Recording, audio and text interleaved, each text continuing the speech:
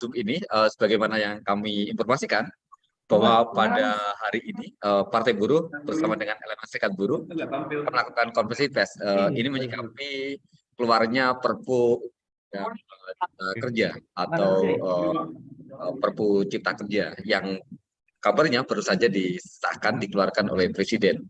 Dan sudah hadir bersama kita Presiden Partai Buruh yang juga Presiden KSPI, Bung Said Iqbal. Kepada Bung Said Iqbal untuk mempersingkat waktu, saya persilakan.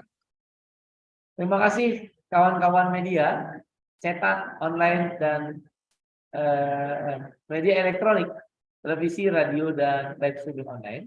Pada hari ini Partai Buruh bersama Organisasi Serikat Buruh dan KSPI mengadakan konferensi pers berkenaan dengan telah dikeluarkan dan ditandatangani peraturan pengganti undang-undang atau berkenaan dengan Perpu tentang Omnibus Law Undang-Undang Cipta Kerja.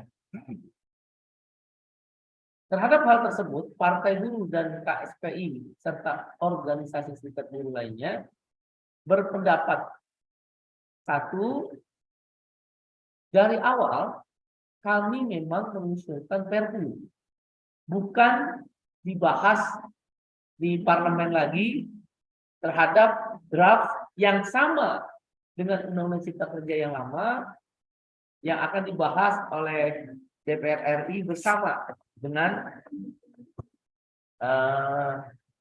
pemerintah.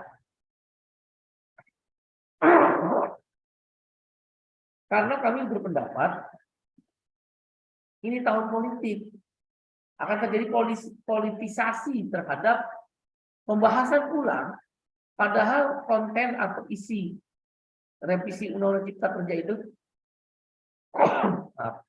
maaf ya, alhamdulillah. Isinya sama.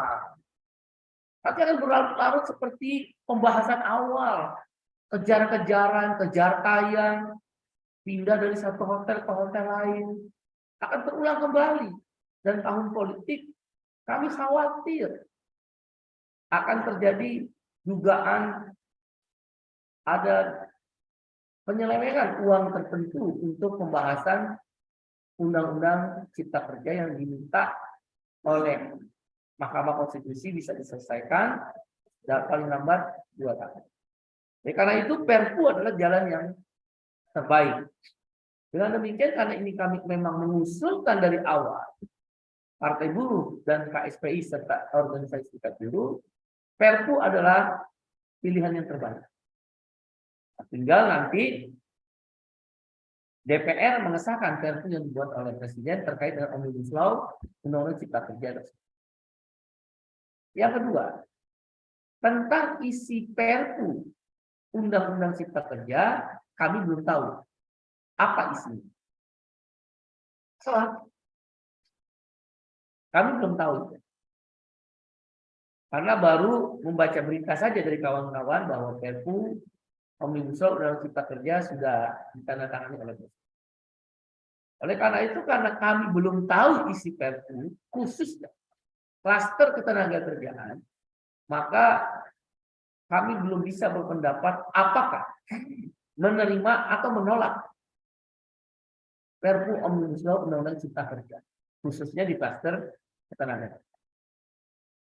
Yang ketiga, Partai Buruh dan KSPI serta KSPSI AGN dan beberapa serikat buruh memang sudah mengajukan usulan revisi atau perbaikan terhadap klaster ketenagakerjaan ya. Memang kami baru mengusulkan klaster ketenagakerjaan, belum klaster yang lain.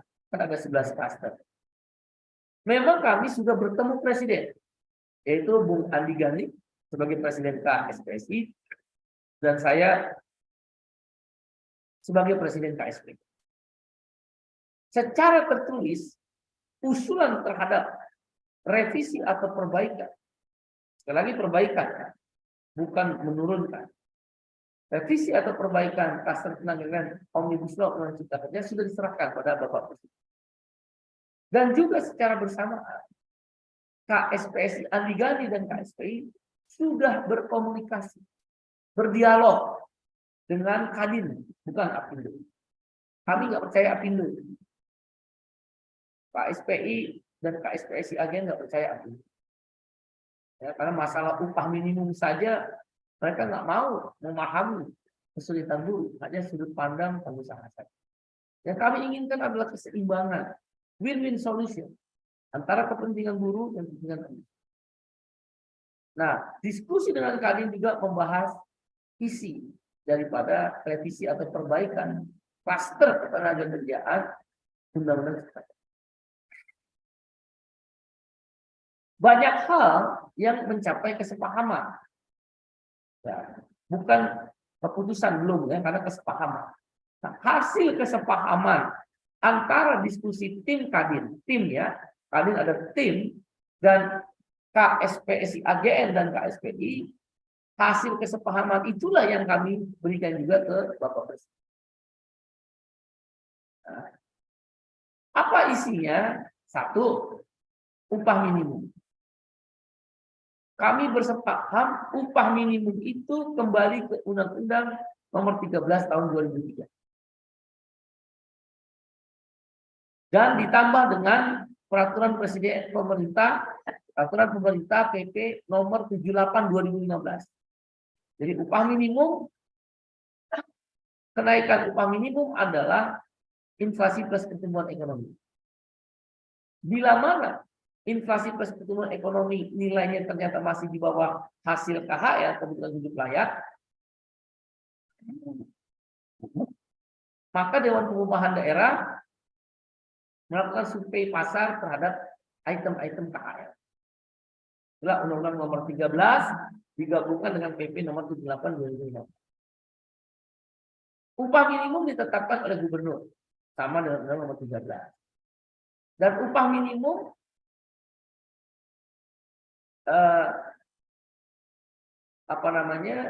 direkomendasikan oleh Bupati Wali Kota hasil daripada inflasi plus pertumbuhan ekonomi. Jadi pertumbuhan ekonomi plus inflasi, bukan inflasi atau pertumbuhan ekonomi, bukan. Inflasi plus pertumbuhan ekonomi. Jadi intinya kembali ke Undang-Undang Nomor 13 dan PP Nomor 78 Tahun 2015. Upah minimum sektoral juga masih ada dalam usulan kami. Kesepahaman atau kita kenal dengan UMSP, UMSK, upah minimum sektoral kabupaten kota. Tetapi berbeda dengan Undang-Undang Nomor 13, di mana UMSP atau UMSK diputuskannya di tingkat nasional, bukan diputuskan di tingkat daerah. Kalau Undang-Undang Nomor 13 diputuskan di tingkat kabupaten kota dan provinsi. Kalau ini kami usulkannya kesepahamannya di tingkat nasional.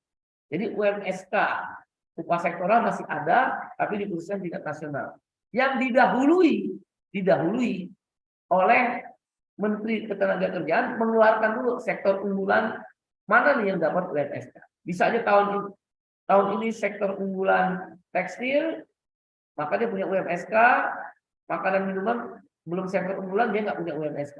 Tahun depannya tekstil tidak punya UMSK, makanan minuman dan otomotif punya UMSK. Tergantung sektor unggulan. Apa itu sektor unggulan? Yaitu sektor industri yang berkontribusi lebih terhadap PDB. Maka itu domainnya pemerintah. Ya. Jadi intinya dalam upah minimum kembali ke Undang-Undang Nomor 13, tapi ada sedikit modifikasi. Itu yang kita usulkan. Tapi bagaimana isi di Perpu sebenarnya kita nggak tahu. Usulan berikutnya adalah tentang outsourcing. Kembali ke Undang-Undang Nomor 13, full sama. Total sama. Ya, dibedakan antara kegiatan pokok nggak boleh outsourcing, kegiatan penunjang boleh. Kegiatan penunjang yang boleh outsourcing yaitu security, driver, cleaning service, jasa penunjang perminyakan dan catering. Jadi 5. Nah, dalam isi perbaikannya atau revisi di Omnibus Law-nya memang tim Kadin mengusulkan ada tambahan. Kami usulkan ya udah kalau itu 10 aja, 2 kali lipat. Jadi ada pembatasan outsourcing. Ya, tetap kembali ke Undang-Undang Nomor 13 2003, pembatasan sebelumnya ada 5 jenis pekerjaan, sekarang kita kasih di 10 jenis pekerjaan. Ini sama dengan Undang-Undang Nomor 13 2003. Kemudian juga yaitu pasal tentang yang kami usulkan untuk dimasukkan Perpu karyawan kontrak. Ya. Di dalam Undang-Undang Omnibus Law, karyawan kontrak nggak dibatasi. Dibatasi nanti di PP-nya, yaitu 5 tahun.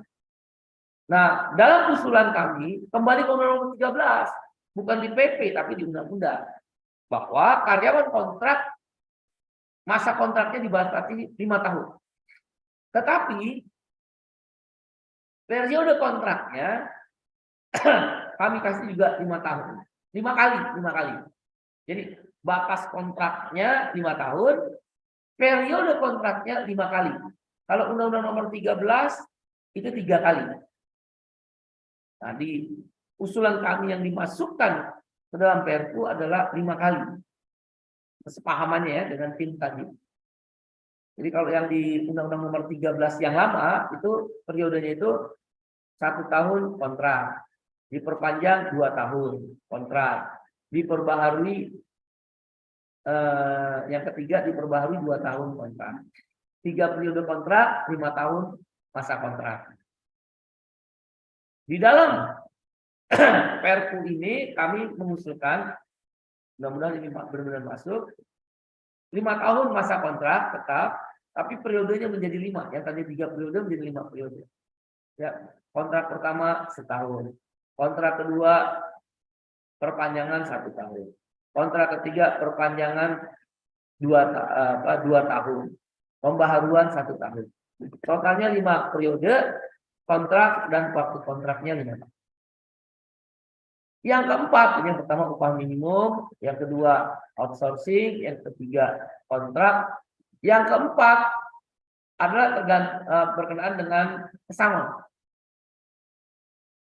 Jadi dalam usulan yang kami serahkan ke Bapak Presiden, didahului dengan diskusi tim Kadin Kamar Dagang Indonesia, untuk pesangon kembali ke konsep Undang-Undang Nomor 13 2003.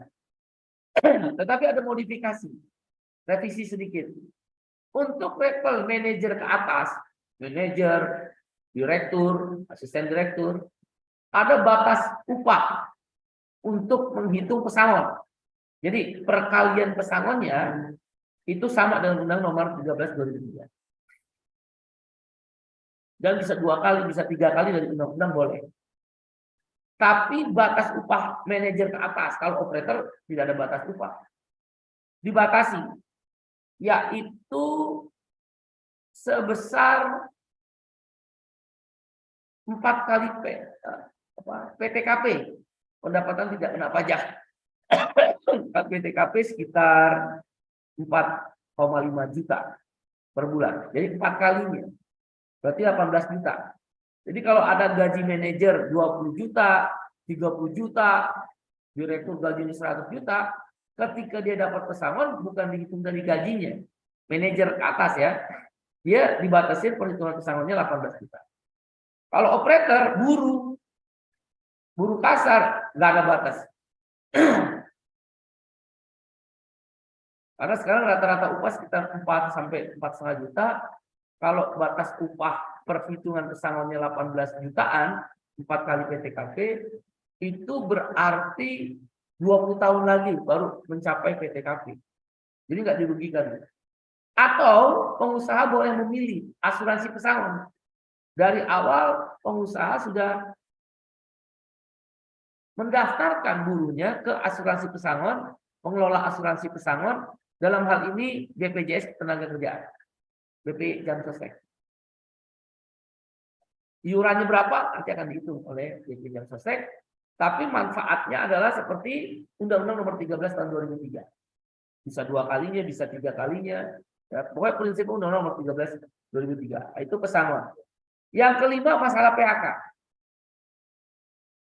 Kalau dalam Omnibus Law itu dia adalah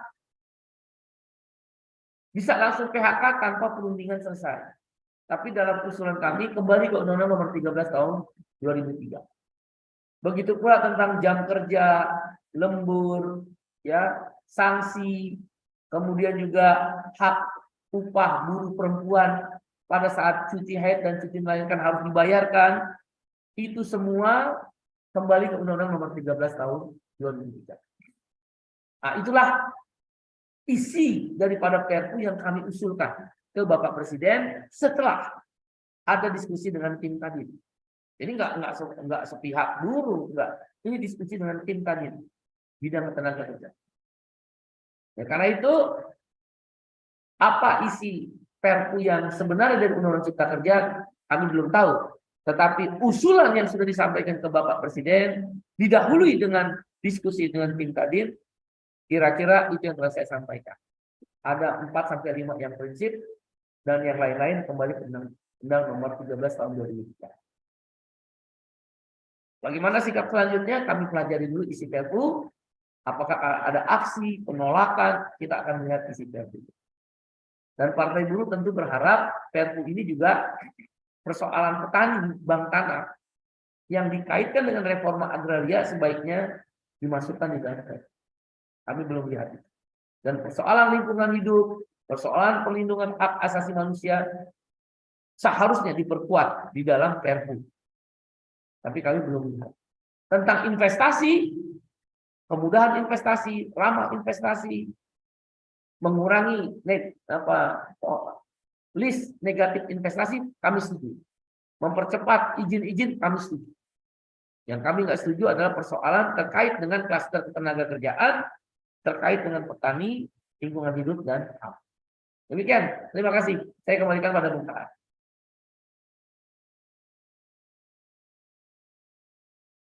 Silakan Bung Kahar. Ya, terima kasih Bung Said Iqbal. Terima kasih rekan-rekan media. Demikian tadi tanggapan singkat gitu ya dari Presiden Partai Buruh Bung Said Iqbal terkait dengan Perpu yang baru saja keluar. Barangkali ada pertanyaan dari rekan-rekan? Ya, namanya tidak ada yang bertanya soal Perpu ini, Bung Iqbal. Ya, mungkin ada hal lain yang mau ditegaskan di akhir konferensi pers ini. Satu, bentuk Perpu Partai Buruh dan Organisasi Serikat Buruh dan KSPI setuju. Dua, isi Perpu khususnya klaster ketenaga kerjaan kami belum lihat, oleh karena itu belum bisa berpendapat. Tiga, isi Perpu yang sudah diajukan usulan dari Partai Buruh, KSPI, KSPSI Aligani yang sudah didiskusikan dengan tim Kadin sudah diserahkan ke Presiden. Tentu hasil diskusi dengan tim Kadin yang sudah diterima oleh Bapak Presiden itulah mudah-mudahan yang menjadi isi Perpunya. Demikian, terima kasih. Ya, baik. Terima kasih Bung Iqbal. Terima kasih rekan-rekan semua. Demikian tadi konferensi pers dari Partai Buruh bersama dengan elemen serikat buruh. Kami akan menyampaikan catatan dari konferensi pers ini dan juga rekamannya kepada Bapak Ibu sekalian. Mudah-mudahan bisa membantu dalam pengutipan berita. Terima kasih. Mohon maaf kalau ada kekurangan. Saya akhiri. Assalamualaikum warahmatullahi wabarakatuh. Salam. Mas,